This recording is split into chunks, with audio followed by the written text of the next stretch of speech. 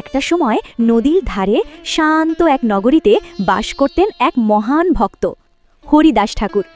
তিনি দিন রাত শুধু একটাই কাজ করতেন, কৃষ্ণের নাম জপ করা, হরে কৃষ্ণ হরে কৃষ্ণ। কিন্তু এই ভক্তি সবাই সহ্য করতে পারেনি। একদিন সেই দেশের নবাব, মুসলিম রাজা, তাকে ডেকে বলল, হরিদাস, তুমি কেন কৃষ্ণের নাম জপ করো? আল্লাহর নাম জপ করো। চারদিকে নিস্তব্ধতা, সবাই তাকিয়ে আছে। হরিদাস ঠাকুর শান্ত কণ্ঠে বললেন, আমি কৃষ্ণের নাম জপ বন্ধ করতে পারবো না। রাজা রেগে আগুন, যদি বন্ধ না করো শাস্তি দেওয়া হবে। তখন হরিদাস ঠাকুরের চোখে এক অদ্ভুত দৃঢ়তা দেখা গেল। তিনি বললেন, আমার শরীর টুকরো টুকরো করে ফেললেও যতক্ষণ একটি অংশ থাকবে সেই অংশ হরিনাম জপ করবে। শুনে সবাই স্তব্ধ। শুরু হলো নিষ্ঠুর শাস্তি।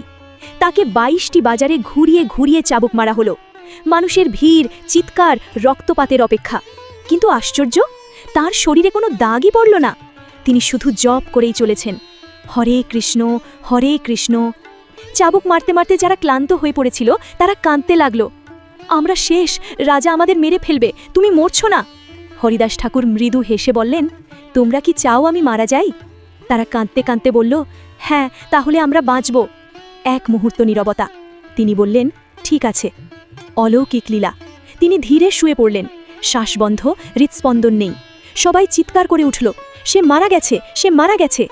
রাজাকে খবর দেওয়া হলো। রাজা এসে দেখে বলল, একে নদীতে ফেলে দাও। কিন্তু তারপর যখন তাকে তুলতে গেল, তার শরীর হয়ে গেল পাহাড়ের মতো ভারী। 10 জন 20 জন কেউ নড়াতে পারল না। হাতি আনা হলো, দড়ি দিয়ে বেঁধে টানা হলো, তবুও 1 ইঞ্চিও নাড়েনি। সবাই হতবাক। হঠাৎ তার শরীর তুলোর মতো হালকা হয়ে গেল। একজন তাকে তুলে নদীতে ছুঁড়ে ফেলল। নদীর বুকে ভাসছে এক ভক্ত। বাতাস উল্টো দিকে বইছে। তিনি ভেসে গিয়ে অন্য পারে উঠলেন। হঠাৎ তিনি লাফ দিয়ে উঠে দাঁড়ালেন, হরে কৃষ্ণ কৃষ্ণ কৃষ্ণ হরে হরে। তিনি নাচতে লাগলেন, ভক্তিতে মগ্ন, আনন্দে উন্মত্ত। রাজা অবাক হয়ে গেল, এটা কিভাবে সম্ভব?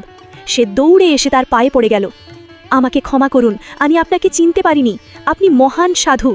পুরোহিত কাঁদতে কাঁদতে ক্ষমা চাইল। হরিদাস ঠাকুর বললেন, আমি তোমাদের ক্ষমা করব যদি প্রতিজ্ঞা করো কখনো কারো ভক্তিতে বাধা দেবে না। সবাই মাথা নত করে প্রতিজ্ঞা করল। শেষে শুধু ভক্তির জয়।